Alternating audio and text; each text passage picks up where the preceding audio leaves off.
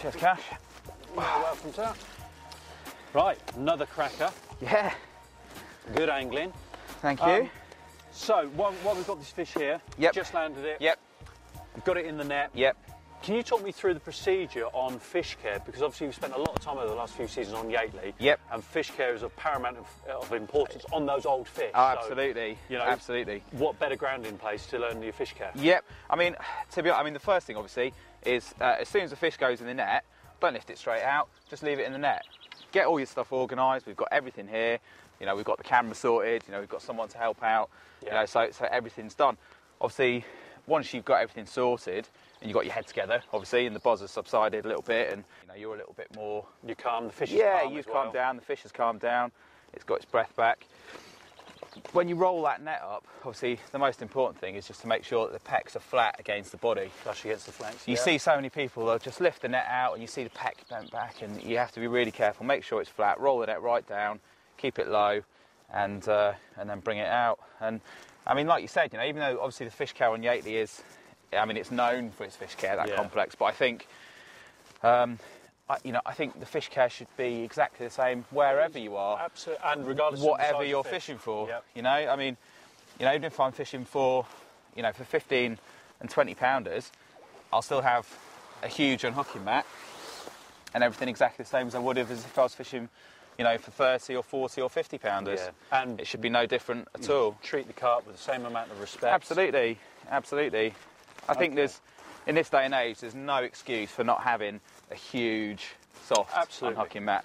So and you do see people with the tiny little thin things, and one thing we did there, which probably wasn't obvious on camera then, just before, obviously it was zipped up, make sure the fish is centralised, that the tail isn't anywhere near the tail. Zip. Okay. What do you reckon? I think you're probably 23? right. 23, 24. Oh, a little bit bigger. Look, nearly. Give you 25 on that. Yeah? Yeah. You give me 25? Yeah. I'll take 25. Lovely. Splendid. Okay, so the next important thing, obviously when you're gathering all your bits together, is to ensure that you have plenty of water to keep the fish nice and wet. The whole time. The whole time. The whole time. Great thing about these mats is they've got the recess in the foam. Yes. So when you put that water on there, we're on a little bit of a slope here actually, so it's not quite happening, but it keeps some water in there. Yeah. So I think that's a really important point as well. And another good thing as well, if you've got the people with you, which we have here, we've got Dave with us thankfully, that you can have a goalie. So if the fish does get a little bit lively, it's a lot easier if there's two of you. Just to keep the fish nice and calm. Lift that back out again. And safe. Splendid. And in terms of how you photograph it, you know, you do see some people up on both knees. Yeah. Which, personally, I don't think you get a good control over the fish. If you see, if I'm on my knees like that, the fish is low. If it does flap, I mean, he's been really nice and calm. If he does flap, you're straight in and you're really low. There's no problems at all. If you start holding the fish high, you're up on your knees, you just can't control it properly. No. You know, we're here, we're over the mat, everything's centred. We've got Dave on this side, if he has a flap that way. Yeah, got you on that side if he has a flap that way. Cameraman in the middle. Yeah, we're also out of shot from the camera. Thankfully, he's behaving for us. He's good as gold, good as gold. The other important thing is the way you hold the fish for the photography. You know, you say be confident with it, nice and stable. Not too many fingers. Obviously, I think the main thing is to keep it low to the mat, and also think about the spot where you've put your mat. You know, you don't want any. Well, you don't want it on a gravel area if you can help it. No, you know, if you can avoid it, try and find a nice, beautiful fish, a nice soft bit. And you know, the other thing as well is obviously you don't want to keep fish out for too long, but equally so, you know, you don't want to rush things. Yeah. Just, you know, take it nice and steady, and you'll get a good set of pictures.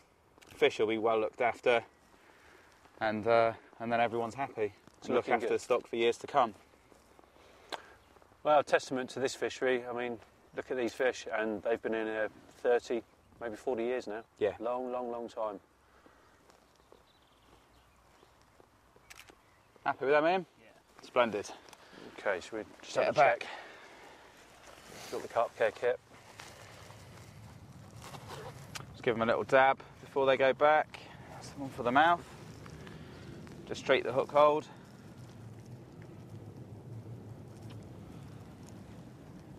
I always do that after, just before it goes back, so because obviously with it being blue, you don't really want blue bits in your pictures, so...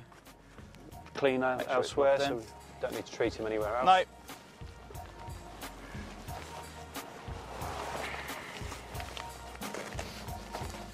It's great at Yateley, everyone does all this for you. Well, we're kind of thinking then, I'm doing a little bit for you now. Cheers, chaps. Okay.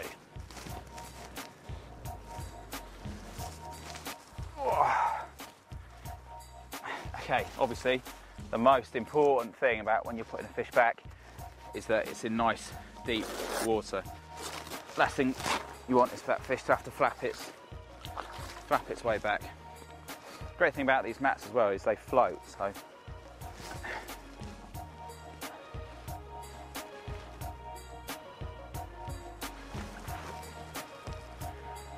these are off gently. She's ready to go already. If they're not, and round the fence it goes.